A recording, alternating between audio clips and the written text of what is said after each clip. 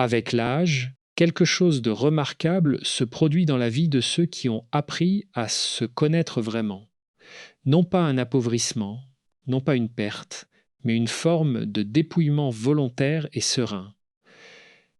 Comme si la vie, au fil des années, nous invitait à poser certains fardeaux que nous portions depuis si longtemps que nous ne les sentions même plus.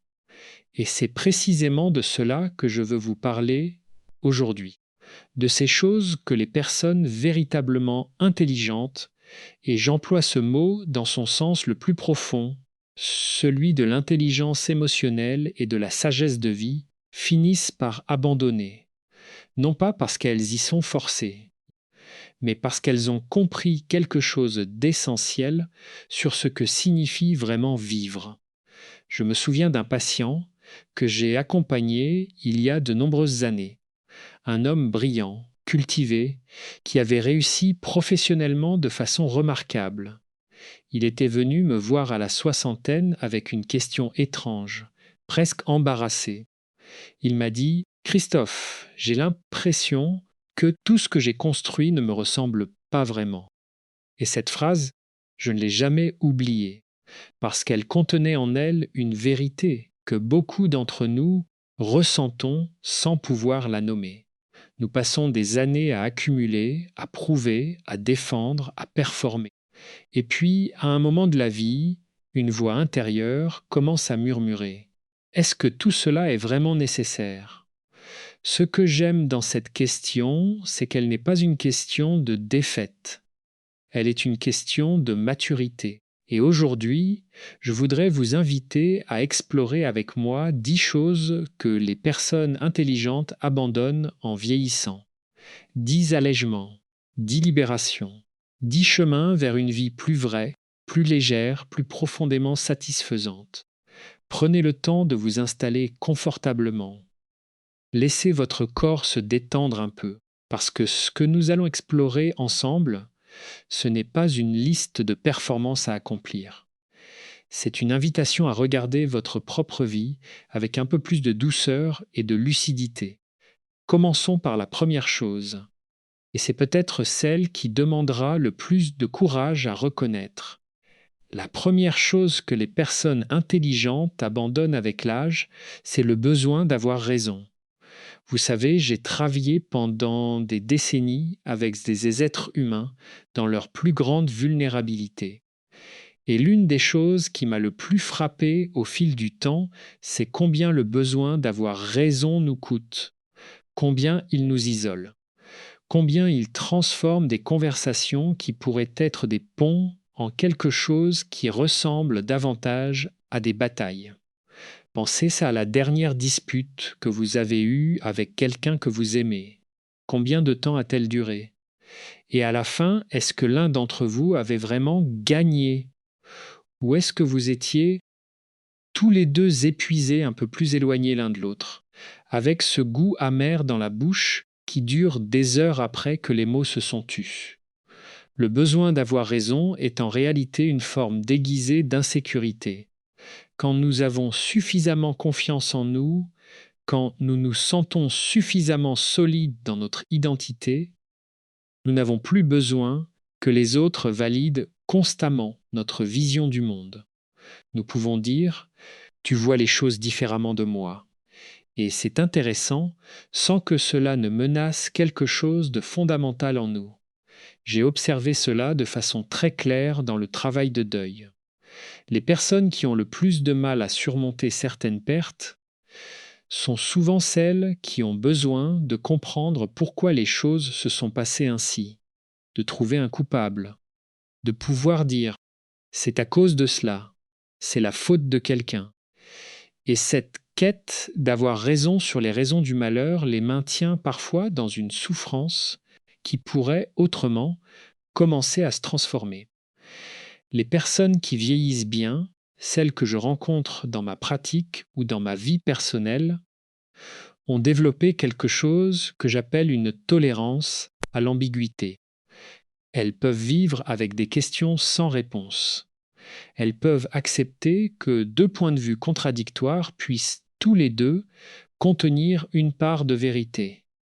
Elles ont compris que la réalité humaine est bien trop complexe pour être réduite à un seul récit. Et il y a quelque chose de profondément libérateur dans cet abandon. Parce que quand vous cessez de vous battre pour avoir raison, vous commencez à écouter vraiment. Et quand vous écoutez vraiment, les relations changent. Elles deviennent plus riches, plus authentiques, plus nourrissantes. Je voudrais vous poser une question et je vous invite à la laisser résonner en vous un moment. Dans votre vie, en ce moment, y a-t-il une relation, une conversation, une situation où vous vous accrochez à avoir raison d'une façon qui vous pèse davantage qu'elle ne vous libère? Est-ce que cette conviction d'avoir raison vous rapproche de ce que vous voulez vraiment ou vous en éloigne? Ce n'est pas une question piège. C'est une invitation à la lucidité bienveillante. Passons maintenant à la deuxième chose. Et celle-ci touche à quelque chose de très profond dans notre rapport au regard des autres. La deuxième chose que les personnes intelligentes abandonnent avec l'âge, c'est la peur du jugement d'autrui. Je dis abandonne et non surmonte complètement, parce que je veux être honnête avec vous. Nous sommes des êtres sociaux. Le regard des autres nous a toujours importés depuis nos premiers jours de vie. L'enfant cherche dans les yeux de sa mère une confirmation de sa valeur, de son existence. Ce câblage-là ne disparaît pas entièrement avec l'âge, mais quelque chose change. Les personnes qui vieillissent avec sagesse apprennent à distinguer deux choses fondamentalement différentes. D'un côté, les retours sur lesquels il vaut la peine de s'arrêter. Ceux qui viennent de personnes qui nous connaissent vraiment, qui nous aiment sincèrement, qui ont elles-mêmes traversé quelque chose, qui parlent depuis un endroit d'expérience authentique. Et de l'autre côté, le bruit ambiant du jugement social, les opinions de personnes qui nous connaissent à peine, les critiques anonymes, le regard de ceux qui jugent sans vraiment voir. Avec l'âge, on commence à comprendre que la plupart des gens sont beaucoup trop occupés par leurs propres préoccupations pour penser longuement à nous. Ce que nous percevons comme un regard permanent sur nous, cet œil critique que nous imaginons poser sur chacun de nos choix, c'est en grande partie une construction de notre esprit, un fantôme que nous avons nourri pendant des années. Je me souviens d'avoir travaillé avec une femme, une professeure extraordinaire par ailleurs, qui refusait depuis des années d'écrire le livre qu'elle avait dans la tête. Elle disait « Je ne suis pas légitime. Les gens vont trouver que je n'ai pas le niveau. » Et quand je lui ai demandé de me nommer précisément ces gens, elle a été incapable de le faire. Ce n'étaient pas des personnes réelles. C'était une instance intérieure qu'elle avait construite et qu'elle avait rendue plus puissante qu'elle ne le méritait. Les personnes intelligentes, en vieillissant, retirent progressivement du pouvoir à ces instances fantômes. Elles apprennent à se demander non pas « qu'est-ce que les gens vont penser ?», mais « est-ce que cela est juste pour moi ? Est-ce que cela correspond à mes valeurs profondes ? Est-ce que je pourrais me regarder dans un miroir dans 10 ans et être en paix avec ce choix ? » Et c'est un glissement énorme, parce que ça déplace le centre de gravité. Ça le fait passer de l'extérieur vers l'intérieur. Et quand votre centre de gravité est à l'intérieur de vous, vous êtes beaucoup moins ballotté par les tempêtes de l'opinion sociale. Il y a une phrase que j'aime beaucoup, que j'ai souvent répétée dans mes conférences et dans mes livres. Elle dit que le courage n'est pas l'absence de peur, c'est agir malgré la peur. Et de la même façon, l'émancipation du regard des autres ne signifie pas ne plus jamais le sentir. C'est apprendre à agir selon vos valeurs même quand ce regard se fait sentir. C'est ne plus le laisser avoir le dernier mot. Voici quelque chose que je vous propose, une petite pratique simple. La prochaine fois que vous vous surprenez à hésiter devant un choix par peur du jugement, posez-vous cette question. Dans 5 ans, est-ce que je regretterai davantage de l'avoir fait ou de ne pas l'avoir fait ? Cette question simple peut vous aider à entendre votre propre voix au-delà du bruit. Continuons maintenant avec quelque chose qui touche à notre rapport au passé. Et c'est une chose à laquelle beaucoup d'entre nous sommes très attachés, sans toujours réaliser le poids que cela représente. La troisième chose que les personnes intelligentes abandonnent avec l'âge, c'est le ressentiment. Le ressentiment est l'une des émotions les plus épuisantes qui existent et l'une des plus trompeuses, parce qu'il donne l'illusion d'une forme de justice, comme si en continuant à nourrir notre colère contre quelqu'un qui nous a blessés, nous lui infligions une punition, comme si notre douleur maintenue était une forme de rétribution. Mais voici ce que l'expérience clinique m'a appris, et ce que la recherche en psychologie confirme maintenant abondamment. Le ressentiment ne punit pas l'autre, il nous punit nous. Quand nous portons du ressentiment, nous rejouons la scène de la blessure encore et encore dans notre esprit. Nous la revivons, nous la retravaillons. Et chaque fois que nous le faisons, nous réactivons la même réponse émotionnelle, le même cortisol, la même tension dans le corps. L'autre personne, pendant ce temps, vit sa vie. Elle a peut-être oublié. Elle est peut-être même morte depuis longtemps. Et nous continuons à porter ce fardeau. Je veux être clair ici, parce que c'est un sujet sur lequel on fait souvent des confusions. Abandonner le ressentiment ne signifie pas absoudre celui qui vous a blessé. Cela ne signifie pas dire que ce qui s'est passé était acceptable. Cela ne signifie pas réconciliation ou oubli. Cela signifie simplement cesser de laisser cet événement passé dicter la qualité de votre présent. J'ai accompagné des personnes qui avaient vécu des trahisons profondes, des infidélités, des trahisons professionnelles, des abandons familiaux. Et j'ai vu deux trajectoires possibles. Ceux qui s'accrochaient au ressentiment et qui, des années plus tard, organisaient encore leur vie autour de cette blessure originelle. Et ceux qui trouvaient un chemin vers ce que certains chercheurs appellent le pardon adaptatif. Non pas la réconciliation, mais la libération intérieure. Ces derniers ne devenaient pas des saints. Ils ne prétendaient pas que la blessure n'avait pas existé, mais ils avaient décidé à un moment que leur vie valait trop cher pour être hypothéquée par quelqu'un ou quelque chose qui appartenait au passé. Les personnes intelligentes comprennent, avec l'âge, que le ressentiment est un prison dont ils ont eux-mêmes la clé. Si, jusqu'à présent, quelque chose de ce que vous avez entendu vous a fait réfléchir, prenez un moment pour vous abonner à cette chaîne. Ainsi, vous continuerez à recevoir davantage de réflexions comme celle-ci, des réflexions sur l'art de grandir sans se perdre soi-même. Voici la quatrième chose. Et celle-ci touche à notre rapport à notre propre histoire, à ce que nous croyons être vrai sur nous-mêmes depuis très longtemps.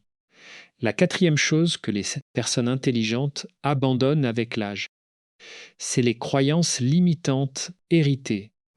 Nous avons tous, quelque part en nous, une voix qui dit des choses comme ⁇ Je ne suis pas assez créatif ⁇ Je ne mérite pas vraiment d'être heureux. Les personnes comme moi ne réussissent pas dans ce domaine. Je suis trop sensible, trop impulsif, pas assez discipliné. Ces phrases, pour la plupart d'entre nous, ne viennent pas de nulle part. Elles ont une origine, elles ont une voix. Souvent, c'est la voix d'un parent, d'un enseignant, d'un frère ou d'une sœur, d'un ami d'enfance. Parfois, c'est la voix de toute une culture, de tout un milieu social. Le problème, c'est que nous intégrons ces messages à un âge où nous n'avons pas encore les ressources cognitives pour les évaluer. Nous les recevons comme des vérités absolues. Et ensuite, pendant des années, parfois des décennies, nous vivons en conformité avec ces vérités, sans jamais vraiment les questionner. Je me souviens d'un jeune homme que j'ai rencontré dans un groupe de thérapie. Il était convaincu qu'il n'était pas intelligent. Cette conviction venait d'un père qui, lui-même blessé, lui avait dit cette phrase horrible à l'âge de 8 ans. Et ce jeune homme, qui était en réalité d'une intelligence remarquable, avait organisé toute sa vie autour de cette croyance. Il évitait les défis intellectuels pour ne pas prouver sa médiocrité. Il restait dans des emplois bien en dessous de ses capacités. Il sabotait ses propres succès parce qu'ils ne correspondaient pas à son image de lui-même. Ce que la psychologie nous apprend, et ce que les neurosciences confirment aujourd'hui avec une précision croissante, c'est que notre cerveau est plastique. Il change, il se reconfigure en fonction de nos expériences et de nos pensées répétées. Cela signifie que les croyances que nous avons sur nous-mêmes ne sont pas gravées dans le marbre. Elles peuvent être remises en question. Elles peuvent être remplacées par des croyances plus justes, plus bienveillantes, plus vraies. Les personnes qui vieillissent avec intelligence commencent à faire ce travail. Elles apprennent à regarder leurs croyances limitantes avec une forme de curiosité bienveillante plutôt qu'une acceptation aveugle. Elles se demandent d'où vient cette conviction? Est-ce qu'elle est vraiment juste? Quelles sont les preuves qui la soutiennent? Et quelles sont les preuves qui la contredisent? Et souvent, quand on fait cet exercice honnêtement, on réalise que les preuves qui contredisent nos croyances limitantes sont bien plus nombreuses que nous ne le pensions. Nous avons juste appris, depuis longtemps, à ne pas les voir. Voici quelque chose de précieux à retenir. Une croyance sur soi n'est pas un fait, c'est une interprétation. Et les interprétations peuvent changer. Passons à la 5e chose. Et celle-ci est particulièrement importante dans notre monde actuel où nous sommes constamment sollicités, constamment disponibles, constamment invités à faire plus, à être plus. La 5e chose que les personnes intelligentes abandonnent avec l'âge, c'est l'urgence constante. Nous vivons dans une époque qui valorise la vitesse comme une vertu. Aller vite, répondre immédiatement, produire sans cesse. Et il y a quelque chose de profondément addictif dans cette urgence permanente, parce qu'elle nous donne une impression d'importance, de nécessité. Quand tout est urgent, nous sommes essentiels, nous sommes indispensables, mais à quel prix? J'ai travaillé avec beaucoup de professionnels en état d'épuisement, et l'une des choses qui m'a frappé, c'est que la plupart d'entre eux ne savaient plus, après des années, dans cet état, faire la différence entre ce qui était vraiment urgent et ce qui ne l'était pas. Tout leur semblait urgent. Le moindre email sans réponse immédiate devenait une source d'angoisse. La moindre pause était vécue comme une faute. Les personnes qui vieillissent bien développent ce que j'appelle une sagesse du rythme. Elles apprennent à distinguer l'urgence réelle de l'urgence fabriquée. Elles comprennent que la plupart des choses qui semblent urgentes aujourd'hui n'ont plus aucune importance demain. Et elles font des choix en conséquence. Elles apprennent aussi à valoriser la lenteur dans certains domaines de leur vie. La lenteur d'une conversation sans téléphone sur la table. La lenteur d'un repas partagé sans regarder l'heure. La lenteur d'une promenade sans destination précise. Non pas comme une forme de paresse, mais comme une forme de respect envers soi-même et envers les personnes avec qui on est. Le philosophe Pascal avait écrit quelque chose de saisissant au XVIIe siècle. Il avait dit que tous les malheurs des hommes viennent d'une seule chose, qui est de ne pas savoir demeurer en repos dans une chambre. Cette phrase est vieille de plusieurs siècles, mais elle décrit avec une précision remarquable quelque chose que nous vivons peut-être plus intensément aujourd'hui qu'à n'importe quelle autre époque. Apprendre à ne rien faire, apprendre à être simplement là, sans produire, sans performer, sans accomplir. Pour beaucoup d'entre nous, c'est l'un des apprentissages les plus difficiles de la vie adulte. Et c'est pourtant l'un des plus transformateurs. Les personnes intelligentes comprennent souvent, après avoir payé un coût personnel élevé, que l'urgence constante n'est pas un signe de productivité. C'est souvent un signe de fuite, Fuite de soi, de l'ennui, de l'introspection, des questions profondes qu'on ne veut pas entendre. Voici une question que je vous invite à considérer avec honnêteté. Dans votre vie en ce moment, est-ce que vous êtes dans une urgence qui correspond à quelque chose de réellement important? Ou est-ce que vous vous êtes laissé entraîner dans un rythme qui vous appartient de moins en moins? Continuons avec la 6e chose. Et celle-ci touche à quelque chose qui me tient particulièrement à cœur, parce que je pense qu'elle est au cœur de beaucoup de souffrances relationnelles. La 6e chose que les personnes intelligentes abandonnent avec l'âge, c'est le besoin de contrôler les autres. Je ne parle pas ici des personnes dont le besoin de contrôle est pathologique, au sens clinique du terme. Je parle de quelque chose de beaucoup plus commun, de beaucoup plus universel. Ce désir que nous avons presque tous à des degrés divers, de voir les personnes que nous aimons vivre leur vie d'une certaine façon, la façon qui nous semble juste, la façon qui nous rassure. Une mère qui ne peut pas s'empêcher de donner des conseils non sollicités à sa fille adulte. Un ami qui essaie constamment de convaincre l'autre de changer ses habitudes de vie. Un manager qui a du mal à déléguer parce qu'il est convaincu que personne d'autre ne fera les choses correctement. Ce besoin de contrôle vient le plus souvent de l'anxiété. Quand nous nous sentons anxieux, quand le monde nous semble imprévisible et menaçant, le contrôle nous donne une illusion de sécurité. Si je peux maîtriser ce qui m'entoure, alors je peux me sentir en sécurité. Mais l'illusion se révèle assez rapidement, parce que les autres ne se laissent pas contrôler, pas durablement en tout cas. Et plus nous essayons de contrôler, plus les relations se tendent, plus les gens résistent ou s'éloignent, et plus notre anxiété finit par augmenter plutôt que diminuer. Les personnes qui vieillissent avec sagesse apprennent, souvent à travers des expériences douloureuses, qu'elles ne peuvent contrôler qu'une seule chose dans ce monde, leur propre réponse, leur propre choix, leurs propres pensées et comportements.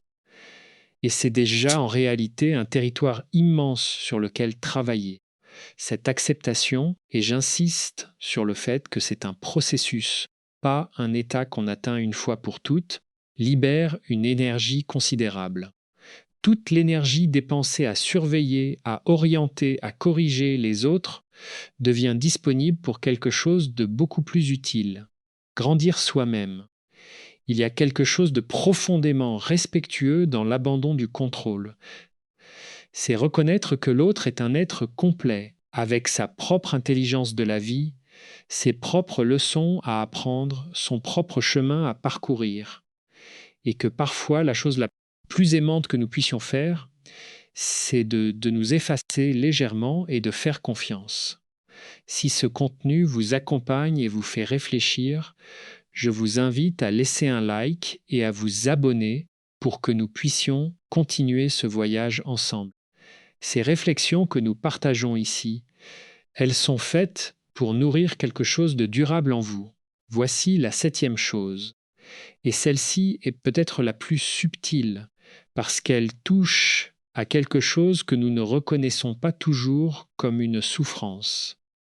La 7e chose que les personnes intelligentes abandonnent avec l'âge, c'est la comparaison constante avec les autres. La comparaison sociale est un mécanisme très ancien. Dans nos sociétés ancestrales, comparer sa position à celle des autres membres du groupe avait une utilité réelle. Cela nous permettait d'évaluer notre place dans la hiérarchie, d'anticiper les menaces, d'identifier les ressources à acquérir. Mais aujourd'hui, ce mécanisme est devenu un vecteur de souffrance considérable.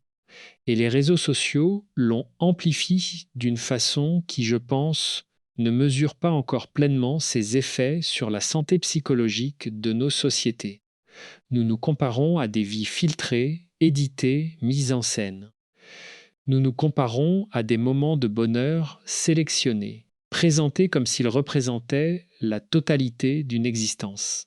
et nous comparons nos coulisses avec tout ce qu'elles contiennent de doutes et de difficultés aux façades soigneusement construites des autres. C'est une comparaison qui ne peut que nous faire perdre. Mais même en dehors des réseaux sociaux, même dans la vie ordinaire, la comparaison constante est épuisante. Elle nous empêche de nous ancrer dans notre propre expérience. Elle nous maintient dans une forme d'insatisfaction chronique. Parce que dans le monde de la comparaison, il y aura toujours quelqu'un qui a plus, qui a mieux, qui a réussi davantage dans tel ou tel domaine. Les personnes qui vieillissent avec intelligence développent quelque chose que les psychologues appellent une orientation vers soi-même plutôt que vers les autres. Elles commencent à se demander non pas est-ce que je fais mieux qu'un tel, mais est-ce que je progresse par rapport à qui j'étais hier? Est-ce que je vis en accord avec ce qui compte vraiment pour moi? Ce glissement est absolument fondamental, parce que quand vous vous comparez à votre propre chemin plutôt qu'au chemin des autres, vous reprenez le contrôle de votre propre narration. Vous devenez le protagoniste de votre histoire plutôt qu'un personnage secondaire dans l'histoire de quelqu'un d'autre. Et il y a une chose très pratique que les personnes qui abandonnent la comparaison découvrent. Elles ont beaucoup plus de temps et d'énergie disponible. Parce qu'observer, commenter, évaluer, envier la vie des autres, tout cela demande une quantité d'énergie mentale considérable. Quand cette énergie est réorientée vers sa propre vie, les changements peuvent être remarquables. Passons maintenant à la 8e chose. Et celle-ci est particulièrement délicate à aborder, parce qu'elle touche à quelque chose que beaucoup d'entre nous confondent avec une vertu. La 8e chose que les personnes intelligentes abandonnent avec l'âge, c'est le perfectionnisme excessif. Je dis excessif parce que je veux distinguer deux choses. L'exigence envers soi-même, le souci de bien faire les choses, l'attention portée à la qualité de son travail, tout cela est une qualité précieuse. Ce n'est pas de cela dont je parle. Je parle de ce perfectionnisme qui paralyse, de cette voix intérieure qui dit que ce n'est jamais assez bien, que vous auriez pu faire mieux, qu'il y a toujours quelque chose à reprendre, à améliorer, à peaufiner. Ce perfectionnisme qui fait que certaines personnes n'achèvent jamais leurs projets, parce que les terminer signifie les exposer au jugement. Ce perfectionnisme qui transforme chaque imperfection en catastrophe, chaque erreur en preuve d'une médiocrité fondamentale. Le perfectionnisme excessif a une source que j'ai vue encore et encore dans ma pratique. Il vient de la conviction, souvent inconsciente, que notre valeur en tant qu'être humain est conditionnelle à notre performance, que nous ne sommes aimables, respectables, dignes d'exister que si nous faisons les choses parfaitement. Et cette conviction est fausse, elle est profondément fausse. La valeur d'un être humain n'est pas négociable. Elle ne dépend pas de ses succès ou de ses échecs. Elle ne fluctue pas en fonction de la qualité de son dernier projet ou de la façon dont il a géré telle ou telle situation difficile. Les personnes qui vieillissent avec sagesse apprennent à distinguer leur valeur intrinsèque de leur performance. Elles apprennent à dire « j'ai commis une erreur » sans entendre « je suis une erreur ». Elles apprennent à reconnaître leurs limites non pas comme des défaites, mais comme des informations précieuses sur ce qu'elles sont, sur ce dont elles ont besoin. Il y a quelque chose que j'ai souvent dit à mes patients et que je vais vous dire à vous aujourd'hui. Le travail bien fait et le travail parfait ne sont pas la même chose. Et très souvent, s'acharner à transformer un travail bien fait en travail parfait coûte énormément d'énergie pour un résultat minime, voire imperceptible. L'énergie dépensée dans cette quête d'une perfection illusoire serait souvent bien plus précieuse si elle était investie dans autre chose, dans un nouveau projet, dans une relation, dans le repos, dans la joie. Les personnes intelligentes apprennent à calculer autrement. Elles apprennent à trouver la frontière entre l'excellence et la perfection et à s'arrêter de l'autre côté. Voici la 9e chose. Et celle-ci touche à une dimension que j'ai beaucoup explorée dans mes travaux sur la pleine conscience et le bonheur ordinaire. La 9e chose que les personnes intelligentes abandonnent avec l'âge, c'est la vie projetée au détriment de la vie vécue. Nous sommes des êtres qui planifient. C'est une capacité magnifique du cerveau humain. Nous pouvons nous représenter le futur, anticiper les obstacles, nous préparer à des événements qui ne se sont pas encore produits. Cette capacité nous a permis de survivre, de nous adapter, de construire des civilisations. Mais elle a un revers.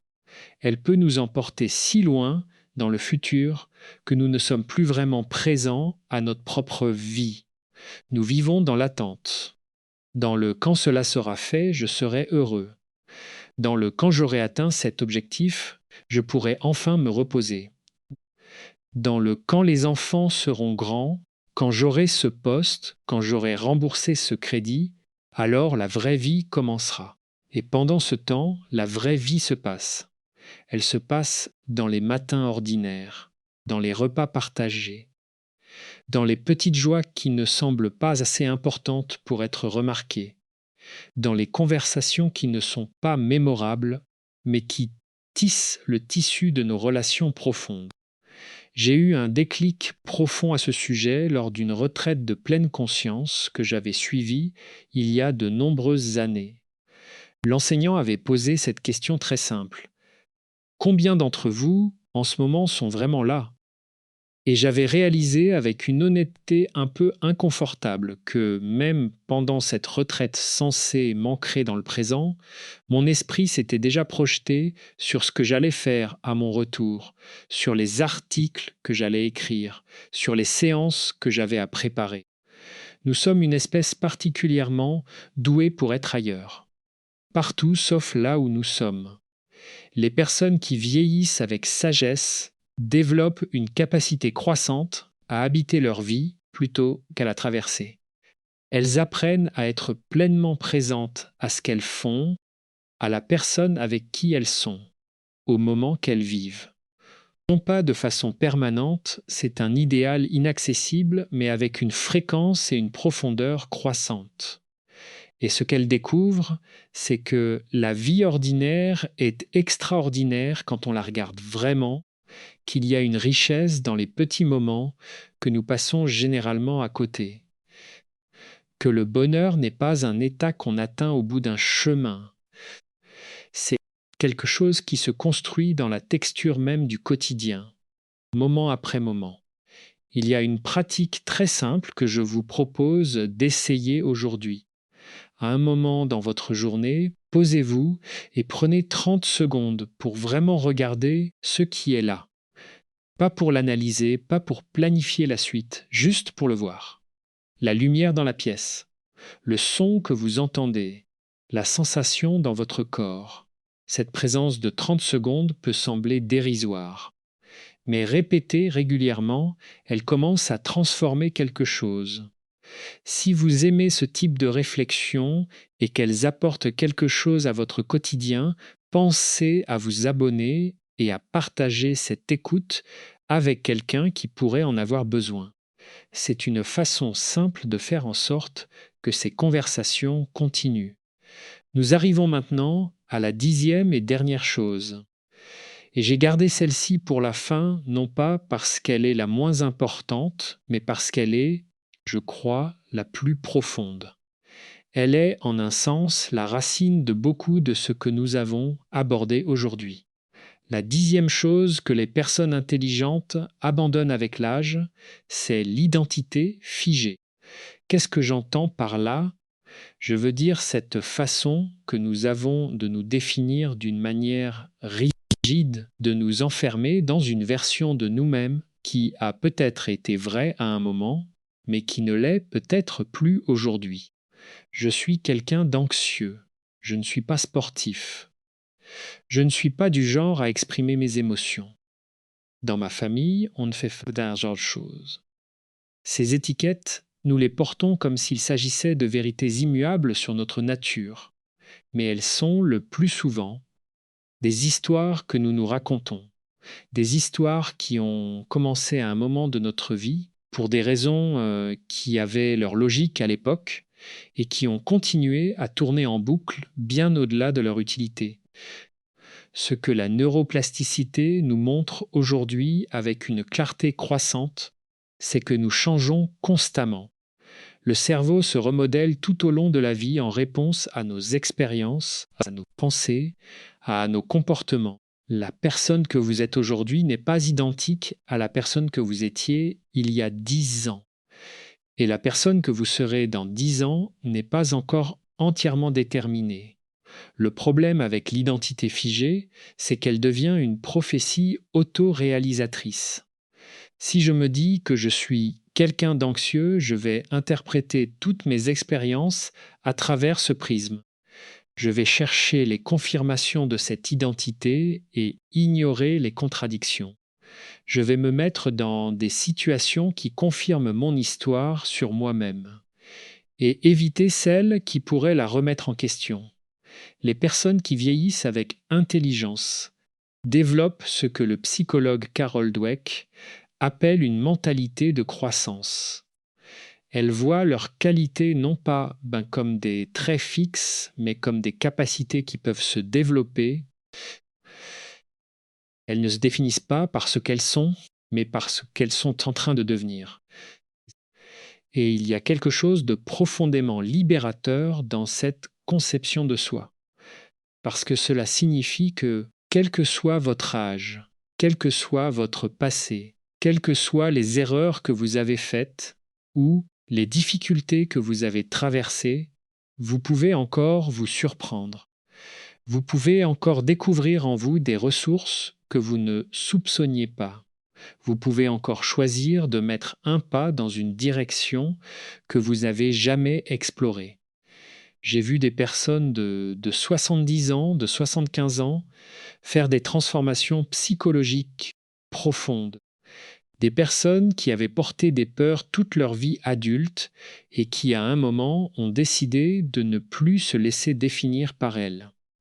Des personnes qui avaient toujours cru qu'elles n'étaient pas capables d'intimité émotionnelle et qui ont découvert, parfois très tard, une capacité de connexion profonde avec les autres. L'identité n'est pas un destin, c'est une conversation en cours avec soi-même et avec la vie. Nous avons parcouru beaucoup de chemins ensemble aujourd'hui.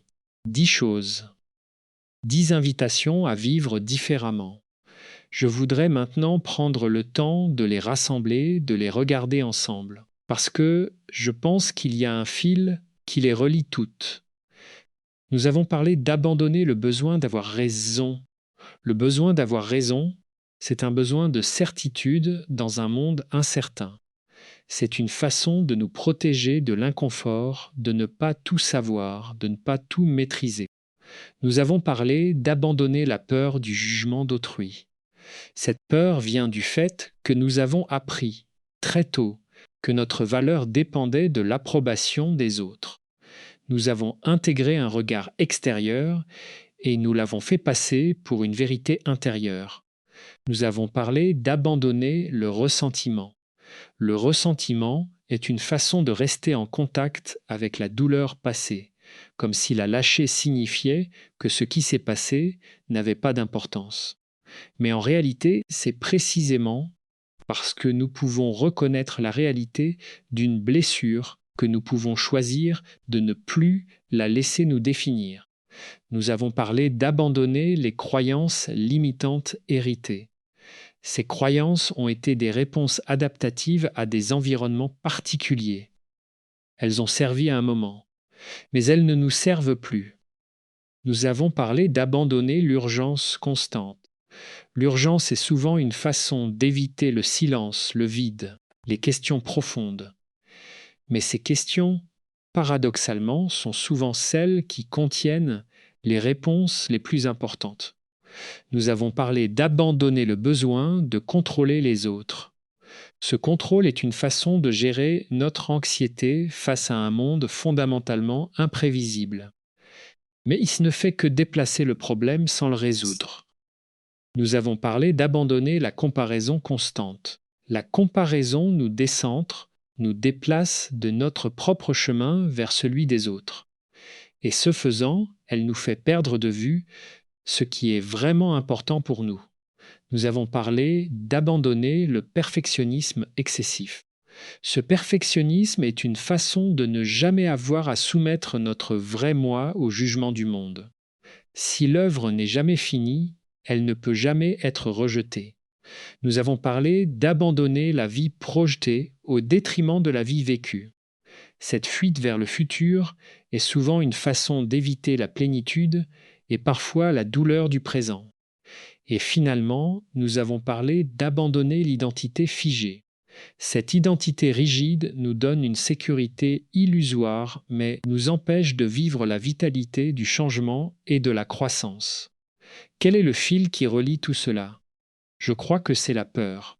Plus précisément, c'est la façon dont la peur, sous ses multiples visages, peut diriger notre vie à notre insu.